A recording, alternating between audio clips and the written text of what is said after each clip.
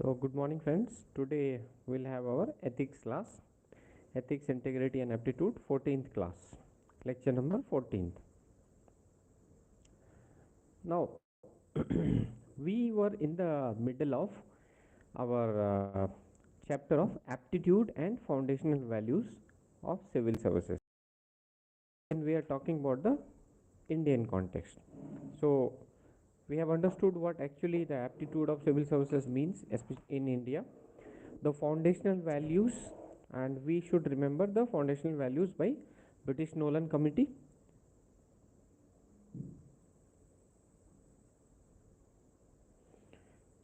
Accountability, integrity, selflessness, honesty, loyalty, objectivity, openness. These 7 values, these are the values which we can repeat everywhere. And the foundational values, as we were talking about the foundational values of the Indian civil service, apart from this, what we need to highlight was your integrity. I. And before all this, have you all noted this timing 10 a.m. to 12 or 12:30 depending upon the class. Ye this class timing will be for ethics paper, ethics aptitude integrity.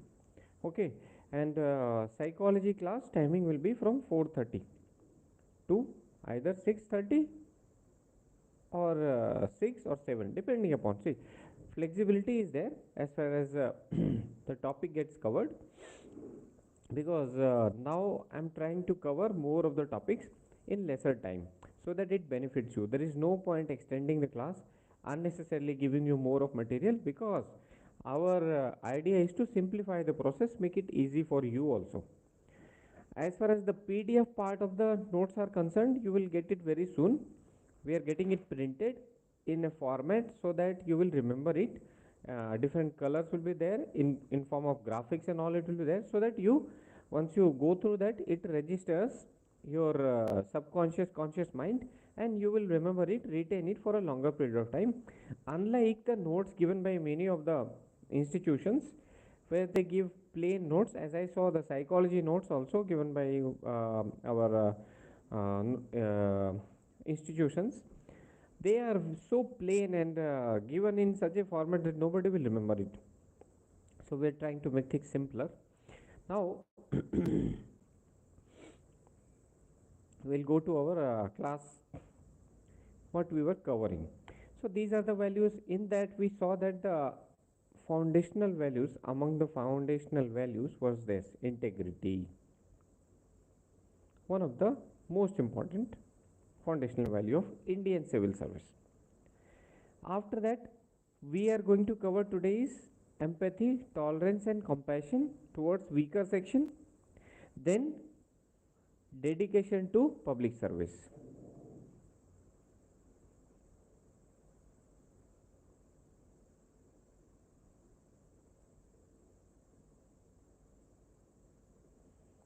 Dedication to or dedication towards public services. Okay, this is what we are going to cover.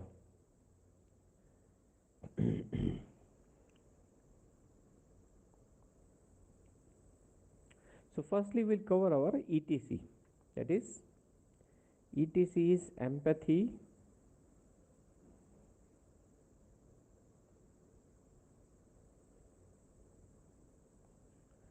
tolerance, and compassion. These three things, these three values, we are going to cover: empathy, tolerance, and compassion. So,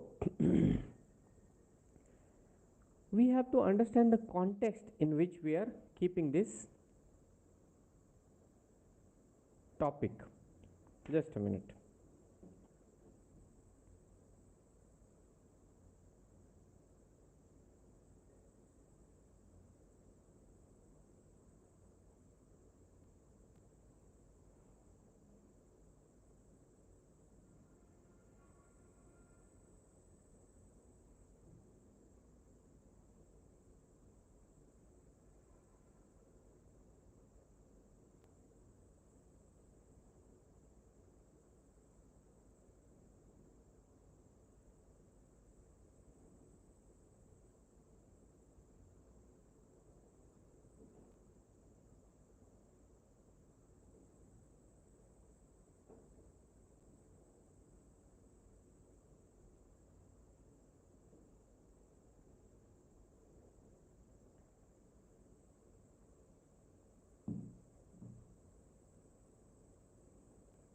Okay, so we'll be talking the about the empathy, tolerance, and compassion.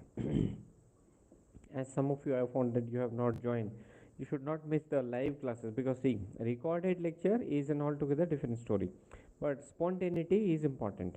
So empathy, tolerance, and compassion we'll talk about. Now, for before going into the specifications of empathy, tolerance, and compassion, we should understand why these values have been kept. Empathy, tolerance, and compassion towards your weaker section.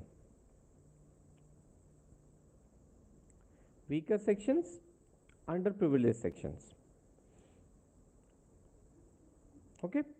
Now, if you look at India, India is a country with pluralism.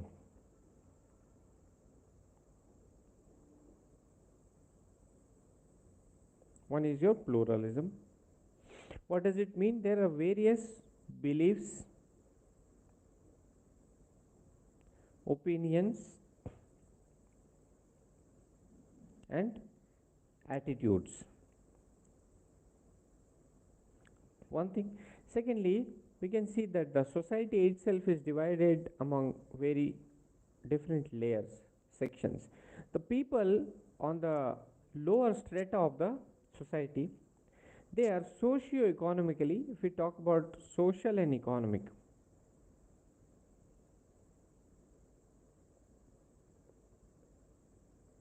basically these are the disadvantages which are mentioned in our constitution: social, economic, social, educational, cultural, kind of. Economic they don't bring, but we realize in the society that economic backwardness is one of the major backwardness, and it has been registered in EWS reservation. During the EWS reservation, what the government thought, along with the courts, realized that economically weaker sections are suffering and they should also be given reservation. Apart from the fact that socially disadvantaged sections definitely need a positive affirmation. So, socio-economic backwardness, to ensure that the public goods and public services, public goods and services,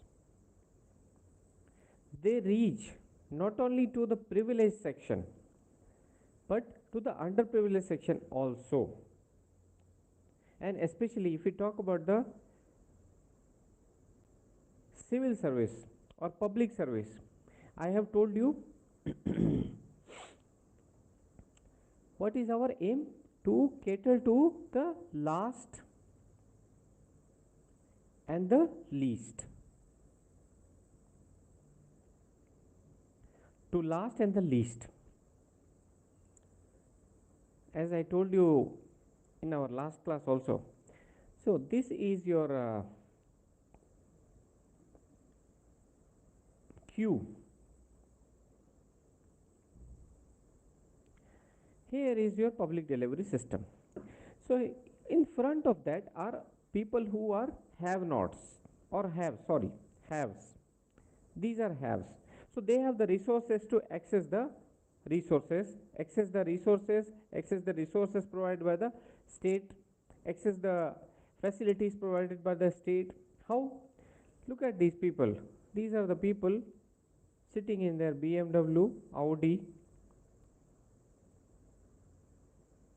These are the people having authority,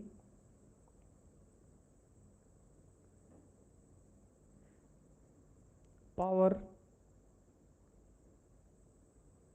either in form of judicial power, or in form of police power, or in form of legislative power.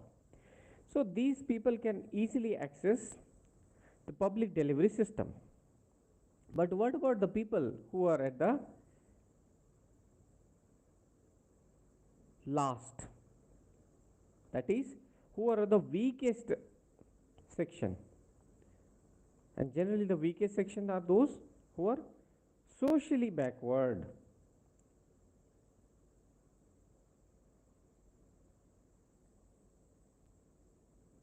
And if you look at India, social backwardness is directly related to the caste. if you look at, if you trace back the history, as I told you, you should always see the programs like Pradhan Mantri on ABP. So you will realize that the caste is one of the biggest factors. The people who are downtrodden, economically poor, and socially disadvantaged, they should be our prime target. The public delivery system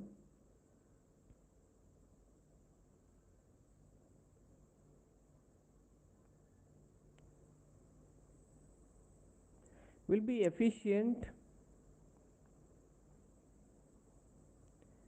effective only when they cater to the last and the least.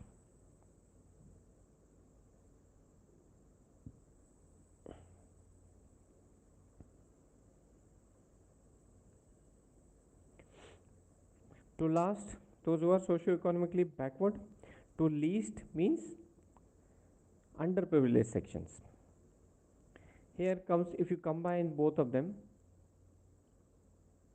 SC, ST, OBC, underprivileged section, when we talk about, they don't only involve the socio-economic backwardness of this nature, but if you see the trace the societal makeup, you will realize that due to the patriarchal setup, women are also in a disadvantaged section.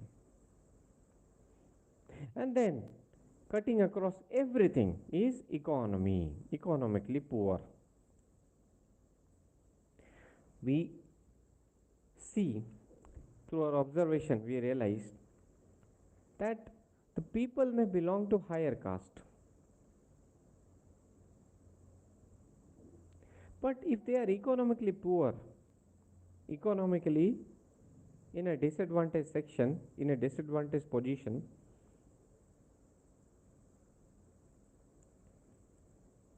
it puts them at the same disadvantage as brought by social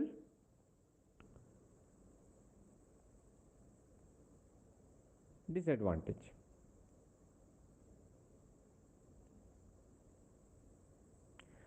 Look at the example of Meena.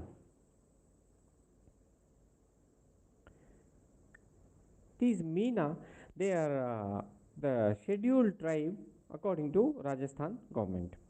They get the benefit of reservation, but if you look at the practically speaking, the reality is that these Meena, if you generally you will find in each and every house of Meena, there is at least one IAS or one IPS or in any service somebody is there. Now, in a country like ours, when we see that the government service becomes so privileged, people are ready to do anything to get that government service, even if it is at the level of a teacher in a government school. People are ready to compromise, people are ready to sacrifice, and people take huge pride. If you talk about the states, Bihar, UP, Rajasthan, here the craze of government service is so high. Nothing wrong in that. We all are a constant construct of, we all are built up of our societal and economic, cultural situation. So the craze which is there for the government services in these states, here if anybody gets into a government service, they feel powerful, they feel that they are privileged. So you see every house having government servants, and that too not one, so many of them, because although people become a civil servant, their family members, their children keep on getting the benefits of the reservation. Now they have already got the privilege, they have already got the benefits of reservation. Should they be given reservation further? That's a question of dilemma. Because see, this case will take later on. I first of all want to insist upon the economic backwardness. Now look at somebody who is from a higher caste. but economically not well off. Economically not well off. People belonging to upper caste in state of Bihar, but staying in North Bihar generally, you will find these kind of people. You may find example from any of the states, and if you are from a particular state, you should give example from that state because that will be more realistic. Look at these people belonging to higher caste, but if you look at their economic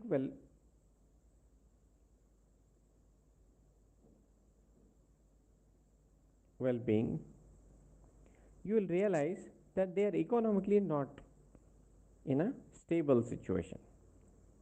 Many of them have farmlands, many of them have resources, but they don't know how to harness that.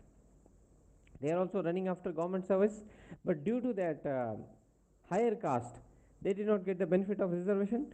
Now we can compare the upper caste. This I am giving you this case study, this kind of a case study, because it brings up moral dilemma, ethical dilemma. You will always encounter moral ethical dilemma in practical life, which is very complex. Now, upper caste, but economically poor.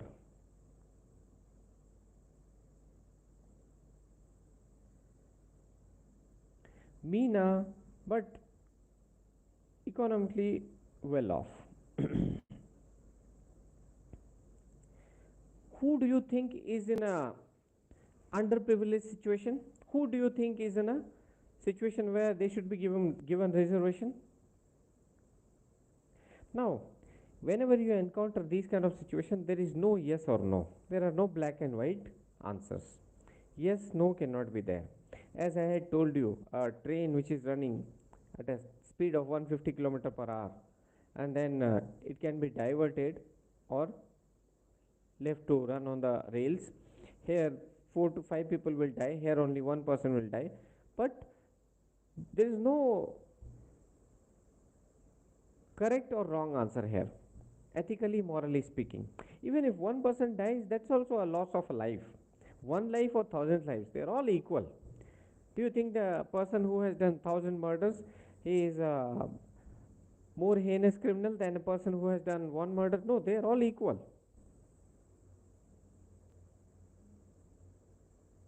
So, in these situations, there is no yes or no. How do we define this? How do we value it, as we had seen in case of your euthanasia, Aruna Shanbok case, or any other case of euthanasia? We will define the correctness or the wrongness of a situation based upon our moral reasoning. You see, the Meena or any particular, I have taken the example of Meena just for our case study, but we can take any other example. They are economically well off, but what about the deprivation?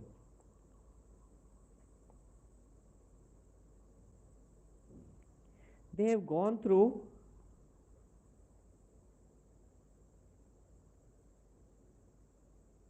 across generations. Not only the grandfather, but father, but the person and their children, all are subjugated to that deprivation.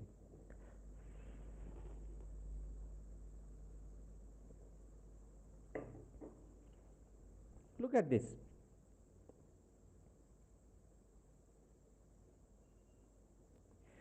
Due to this deprivation, as we see disadvantage in deprivation, that's a chapter in psychology as well for those who have psychology optional. So you see, this deprivation brings what? It changes your way of thinking. How? Most of you, when I see, check your script, you write the same things which are told by your teacher who taught it. The same thing, cognitive narrowing and wear and tear of body, these kind of things you will write. But look at it from a practical aspects. Don't go by the rectification approach. Practically giving you an example. I was conducting a test mock. See, these were 200 students wrote the test. Now, Out of this, one copy was there which brought, because see, I have the experience of evaluating the paper, so I realized that who has written it. By looking at the paper itself, I can even tell you the person who is writing either is a male or a female. I can tell you that the person has given an attempt or not. I can tell you that the person has read the same notes which are running around in the market. Unfortunately, my notes will also be there in the market very soon, and it will be, the whole perception of psychology at least will get changed. So I'm talking about psychology right now. So this person had written a name, A.K. Mishra. Now you, by your common sense, can understand that this Mishra is higher caste, of course, belonging to a higher caste. Here the name written was Akshay, Akshay K. Mishra. This was the name written on the notebook. But when I checked it, I had some dissonance that something is fishy with this script. Although I evaluated and it was sent back to the person, I asked the coordinator to check the person's credentials, that is background. Who is this person? This person was a girl, Amina. Now she is there in the mentorship batch. I asked her deliberately, why did you hide your name and why did you hide your caste? See, it will surprise you. The answer will shake your conscience. She said that, sir, I did not write. Firstly, I did hide this that I am a female, because in many of the institutions, when I wrote the answers, I don't know how my phone number got dissipated into so many other people. They started calling me and texting me regarding joining their courses. You see what is happening? You take admission in a particular institution, you give them their your phone number and email ID and everything, and from their institution itself it gets scattered, it is spread to different people, and they start calling. Sometimes it becomes obnoxious also. Same thing happens in Telegram channel. That's why I also don't make it open. People don't get to know who are there, and they start misbehaving with somebody. One thing. Secondly, this she did to ensure her privacy. Very well defined. It's okay. That I can appreciate with. Although it's also a shameful situation, but we are in 21st century, and these things are happening. Now, this, why did she hide? She said that, sir, howsoever good answer I will write, people will say that I belong to that reservation caste, and that is why reserved caste, and that's why they will give lesser marks to me. They will try to demoralize me, and that's reality. That's a reality. Look at their persona, look at their conscience, look at their psyche, what they are made up of. They have to hide their identity. As you might have seen, there are people belonging to Bihar and UP, many of them, they will not write their caste, surname, Jha, Mishra, etc. Why? What happened in Bihar, especially, I can tell you, there was a huge divide between higher caste and lower caste. They made their own army called Ranveer Sena. They made their own army called this CPI ML. These two armies, who also had unlicensed illegal arms, they used to attack each other. After some time, people from both the castes, they started hiding their surname so that others don't get to know. Because of this caste divide, they don't even write their own surname. Although it is not a good practice to highlight your surname every time. You are noticed by your name. More than that, you are actually noticed by your behavior.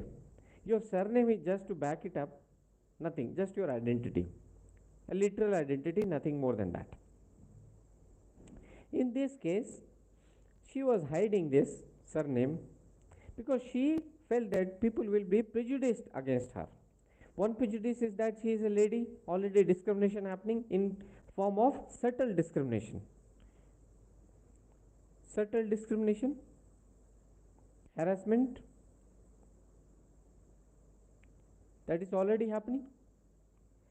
You won't believe, in one of the most popular institutions in Rajendra Nagar, when a teacher is there, starts interacting, there are students who like you and they will come to you even in the teacher room or in front of the staff room, they will interact with you regularly. The kind of mindset people are having, they start making one or the other presumptions. This is the situation. This is subtle discrimination, especially against the female students, especially. Although it is happening against the teacher also. This was told to me by some of the teachers, some of the staff members who are teaching since 5-10 years. And look at the situation here. Hiding the caste because people will be prejudiced, fearful of prejudice.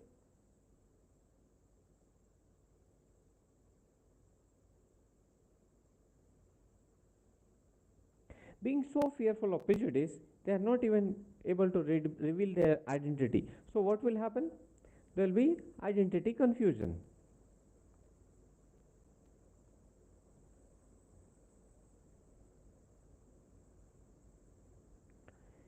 You don't even like your own identity.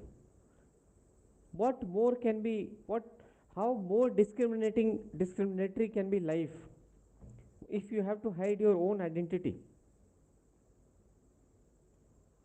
That is why it is not easy to judge. We should not jump to conclusions when we see certain things happening.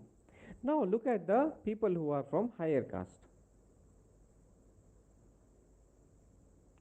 and they are economically poor, economically not well off. What about the situation of these people? How will they react? What is their psychological makeup? They belong to a particular caste. Because of their lineage, they feel ashamed. They feel ashamed doing menial work in their own village, in their own town, wherever they are born. But they go to a different state. They will go to a state of Gujarat. They will go to a state of Maharashtra. There they are ready to do the work of security guard. They are ready to drive auto.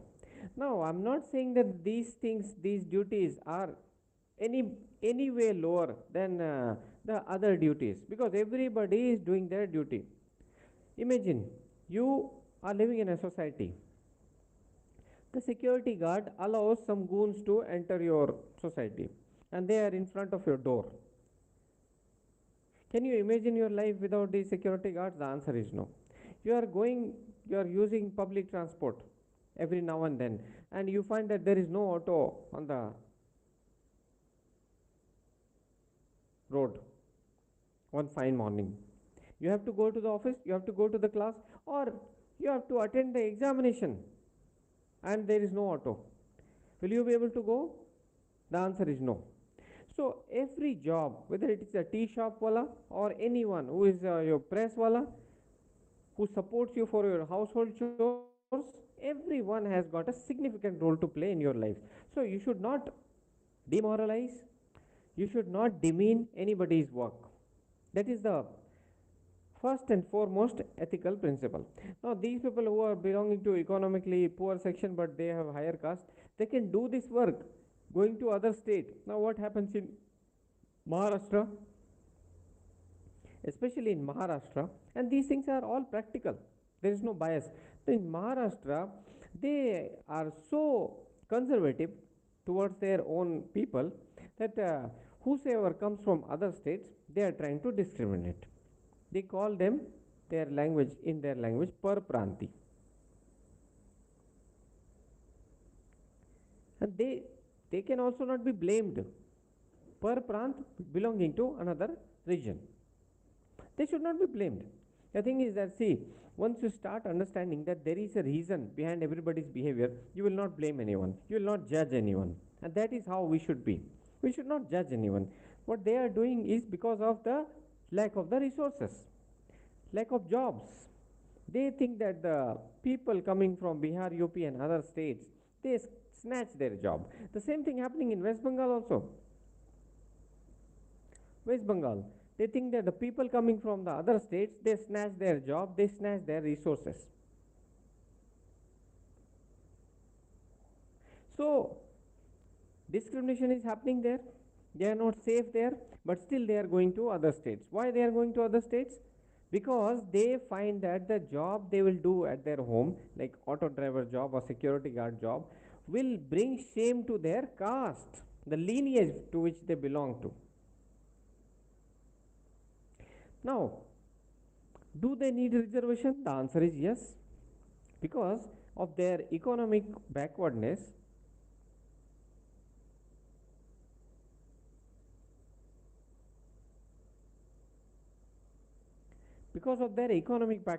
what's happening? They feel inferior. They are unable to get access to the resources. They are unable to uplift their life. If they compare to others, they feel relatively deprived, relatively at a deprived situation. You see the government servants, honest government servant. One of the former DGP of UP, DGP UP, he had only one house in his village, and one house he could build in the city, that too for his daughter. That was what he earned throughout. Because of the salary he got, he was using for his own lifestyle, his own purpose, his education, the medical expenses and all things.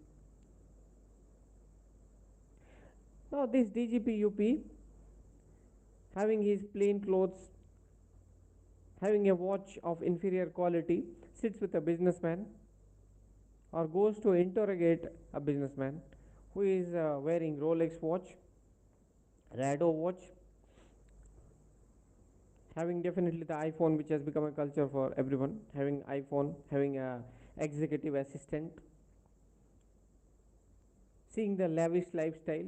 Will he feel psychologically, if not if you compare his duty, the duty he is bound to, he will definitely feel, yes, I am in the position to interrogate the businessman. But if you look at his lifestyle, he will feel psychologically inferior to interrogate this person.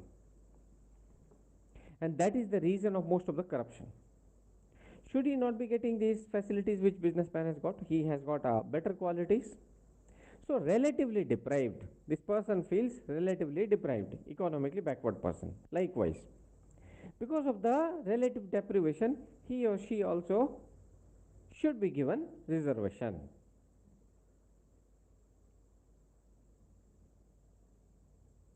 So these situations, whenever you compare or whenever you face any ethical moral dilemma which requires your moral reasoning, there is no yes or no. You have to do the moral reasoning and give a balanced viewpoint. That is what your duty is. Having said so, understand that as I told you about the discrimination happening in Maharashtra against people from Bihar, UP, and other states, these things you must bring out. When you are writing your answer, you should not be diplomatic in your approach as far as these things are concerned, because these are things which are happening and everybody knows them. It's an open secret. So that you have to bring up.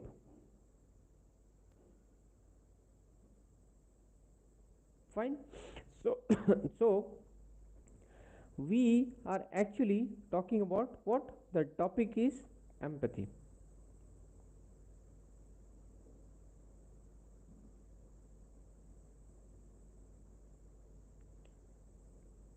And in the empathy, we realize that we are a pluralistic society. There are so many opinions, beliefs, attitudes.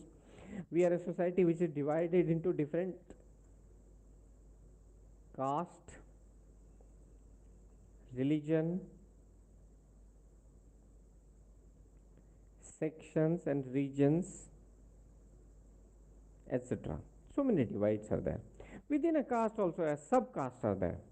One of my very good friend who belonged to a lower caste. Now, caste is not a problem there. The person belongs to I am Bangalore, very meritorious, working as at a very higher echelon, higher position in an MNC. This person was supposed to get married. Now the girl belonged to the same caste but a different subcaste. The subcaste was different. Within the caste there is a subcaste. Now this girl who belonged to a subcaste was actually comparatively at a lower echelon, lower in the hierarchy as compared to the hierarchy of the boy.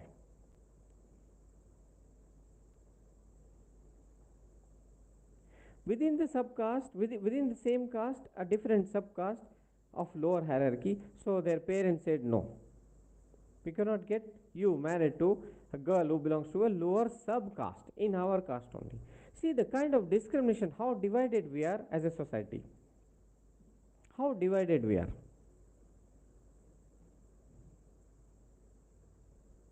And that too, people, this guy is from IIM, she is a doctor. Uh, his parents belong to Karnataka Civil Services.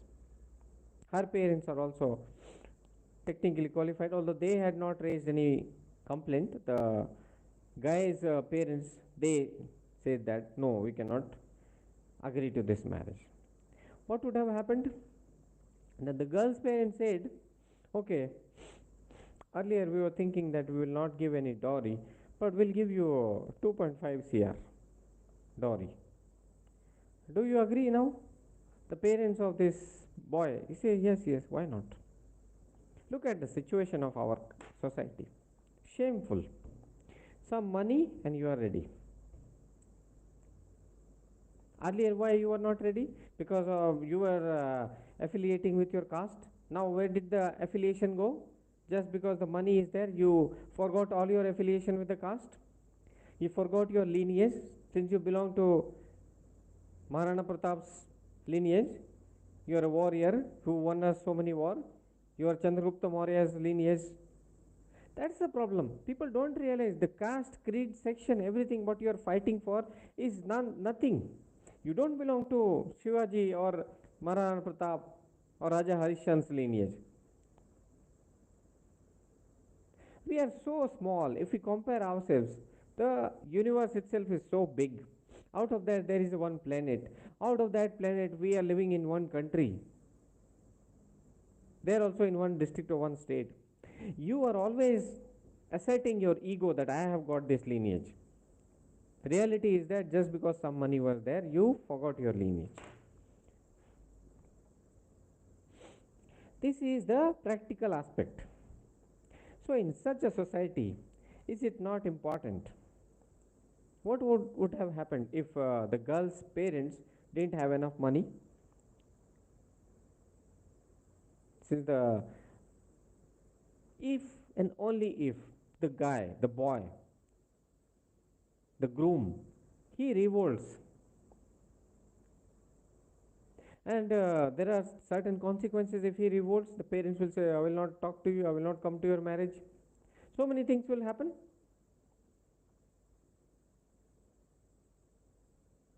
What would have happened if the money in form of dowry was not provided? The marriage would not have taken place, leading to not only two but four dissatisfied lives. The boy will get married to somebody and live a dissatisfied life. The girl will get married to someone else and live a dissatisfied life. Four lives dissatisfied. Look at the consequences. The children born out of such marriages suffer a lot because of dissatisfaction in marriage. Look at this situation. This could be solved through your egalitarian thought process.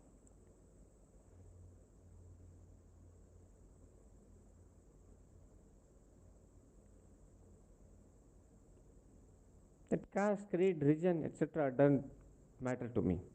And who will be a leader in egalitarian thought? Our civil servants only. Civil services is not such a small job, it's not just another job as it is made out.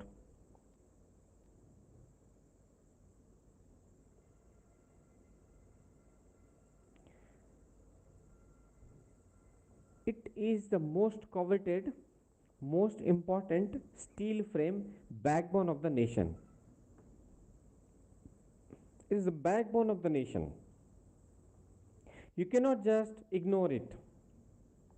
So, our civil servants are supposed to lead from the front, and that is why one of the foundational values of civil services in India, especially, is empathy.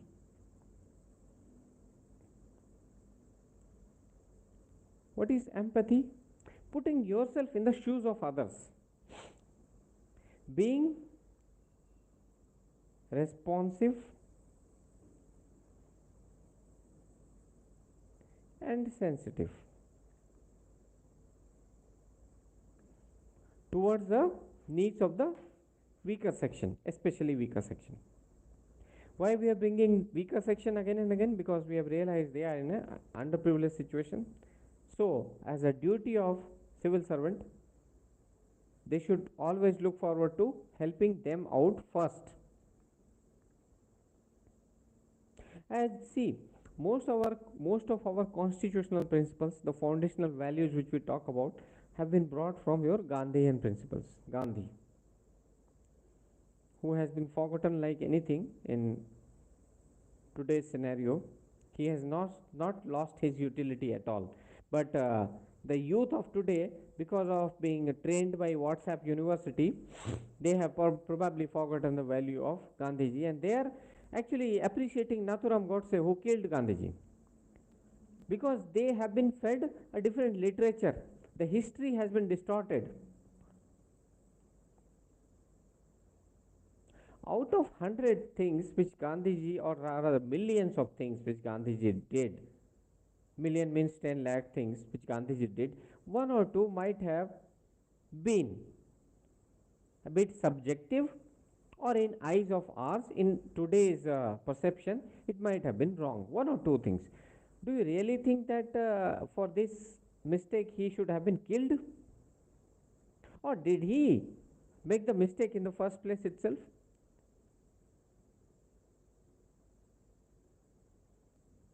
That is the question. Now, Gandhian principle, what it says, as Gandhi ji used to call the people belonging to lower caste, especially the SC, Harijan. He compared them to God. They are God's people, because untouchability was so prevalent at that point of time. Still it is. Still it is prevalent in some parts of the country. Few people still follow this, behave in a very rustic and illiterate manner. Harijan. Gandhiji used to call them Harijan.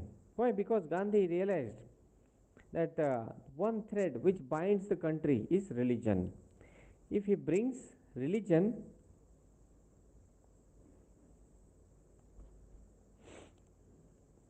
if he includes religion in his speeches, if he includes religion to persuade people, he will be much more successful. And that was very much true. He quoted the example of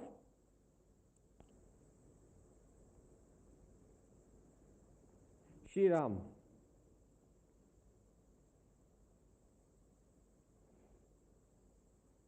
Sri Ram is not Sri Ram IS coaching, but Sri Ram, Prabhu Sri Ram, the God. Sri Ram, he went to forest because of what his father had promised. So to follow that, he had to leave Ayodhya, and he had to go to the forest. for 14 long years. There he met Sabri. You see, our mythology also teaches a lot many things.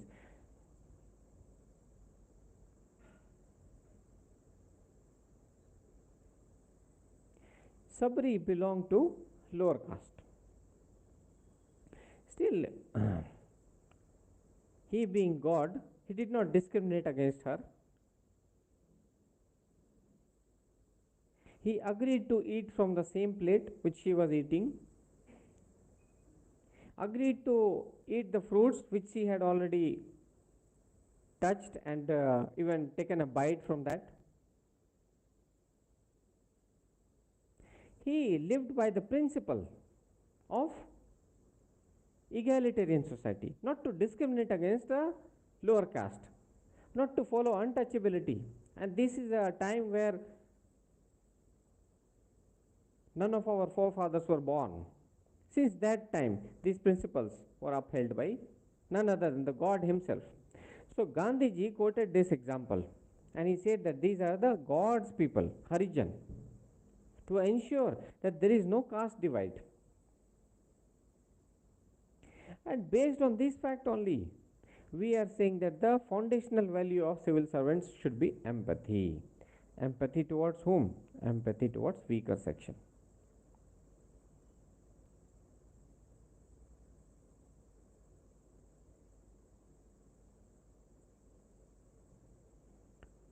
Empathy towards weaker sections. That is a must. Because you see, who is in the vulnerable situation? The most vulnerable are those people who belong to the lower rung of society and they are the lower caste.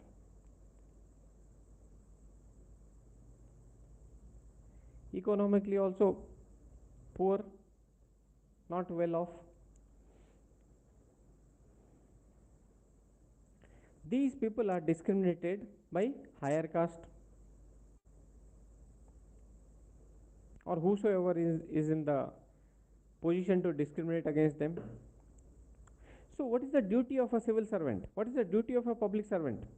Going by the dictum of public interest.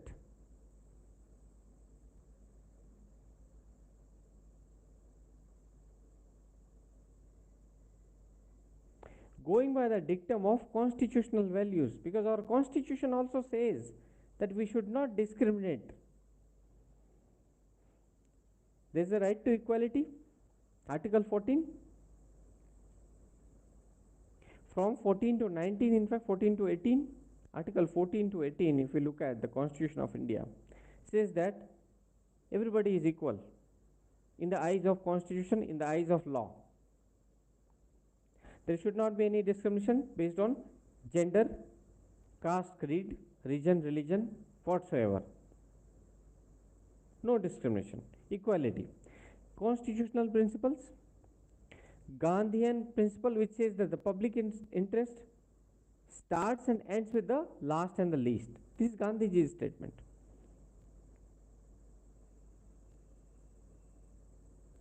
Public interest starts and ends with the last and the least. And as you know, most of our DPSP, Directive Principles of State Policy, DPSP, from Article 36 to 51, although they are non-justiciable in nature, you cannot go to the court that DPSP is not being followed, but it is the duty of the state to follow them. It's a moral, ethical duty that state is bound. When we say state, what does it mean? The government, the executive, everybody who is in the government, who is the part of the government. They are bound to follow these principles. And the DPSP is defined by which principles? Gandhian principles.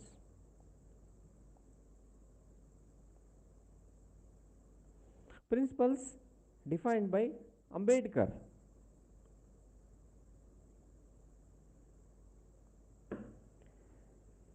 And these principles say that we must, as a civil servant, it is the duty of the civil servant to first and foremost cater to the needs of the weaker section.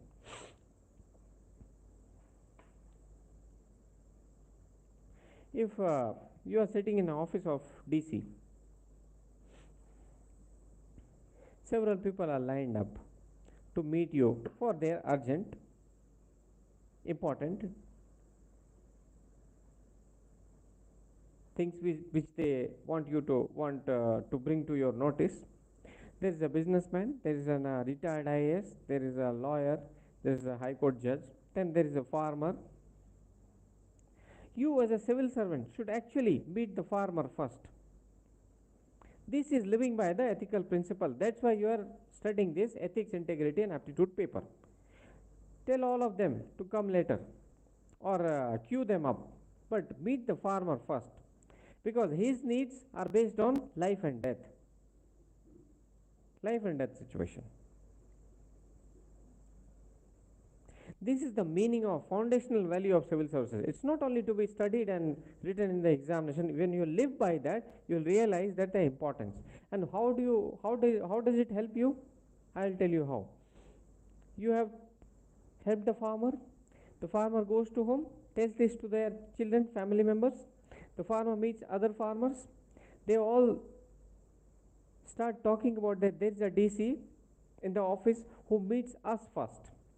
What you will build? You will build trust. You will build loyalty. So tomorrow when you are going to bring any law which is in the public interest, which is being opposed by businessmen, lawyers, ex-bureaucrats and everything, these people will support you. These people will say, no, DC Saab is or DC ma'am is doing the right thing. You will earn the responsibility, you will earn the trust, loyalty. They will treat you like God. You will be known in their hearts and minds for ages. And not only this, it makes your task also easy,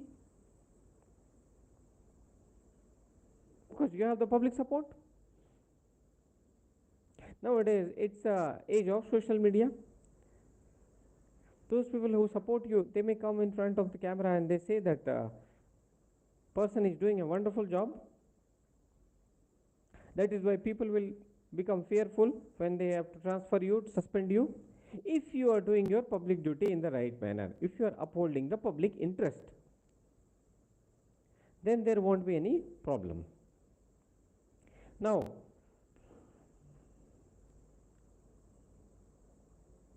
the practical utility of empathy, which draws its origin from Gandhian principle,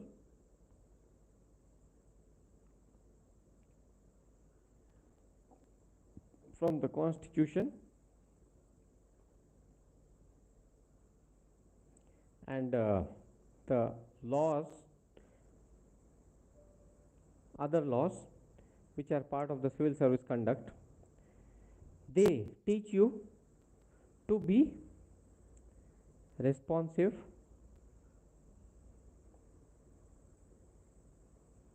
and sensitive towards weaker sections of the society everywhere.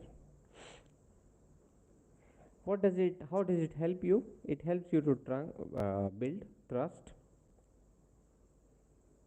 between administration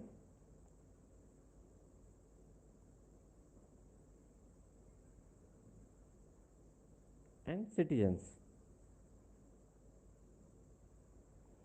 Okay, what do you earn? You earn loyalty of citizens, which is very important to operate efficiently. It is important to operate efficiently and effectively as a conduct of civil servant. Now, one slide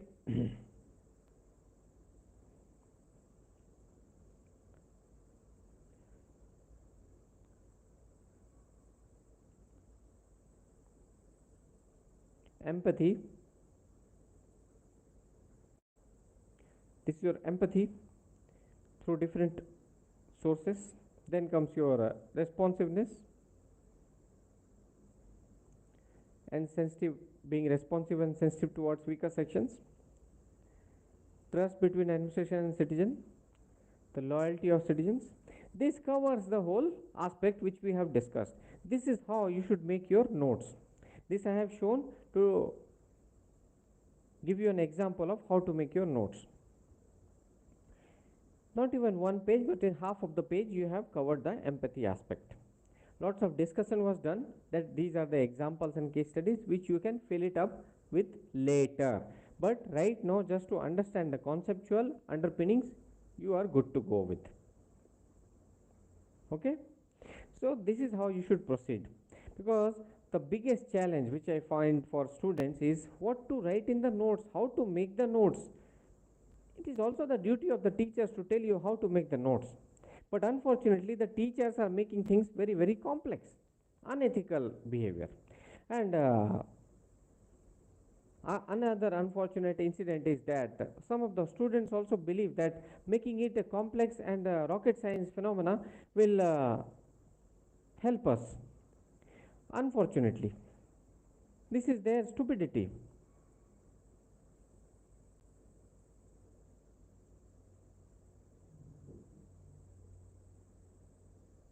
Okay, now we'll go to another topic.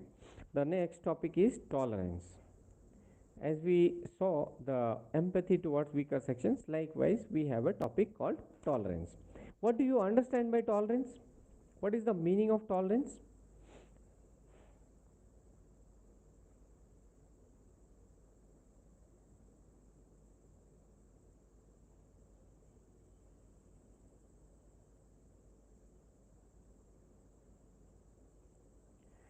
The English meaning of tolerance.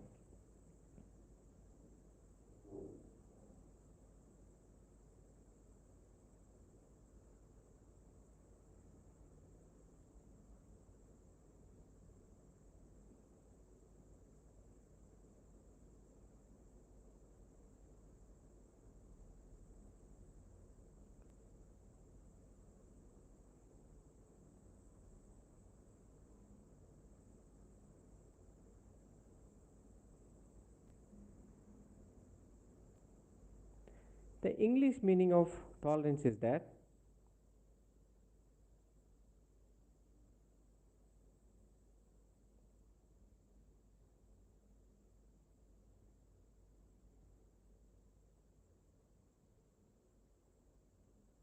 I can't see the screen, and that's why some doubts are not registered. Anyway, so tolerance says tolerating somebody. What is the meaning of tolerating? When do you see? Generally, it is taken in a negative connotation. Negative connotation.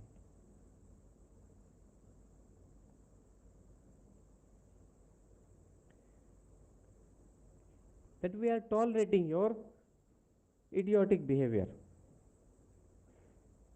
But what does it mean actually? Tolerance is not a negative word, it's a virtue. If we talk about civil service foundational values, it's a virtue, it's a good thing. Who are you tolerating? You are tolerating, when you are tolerating something, you are respecting, you are giving a respect to the diversity.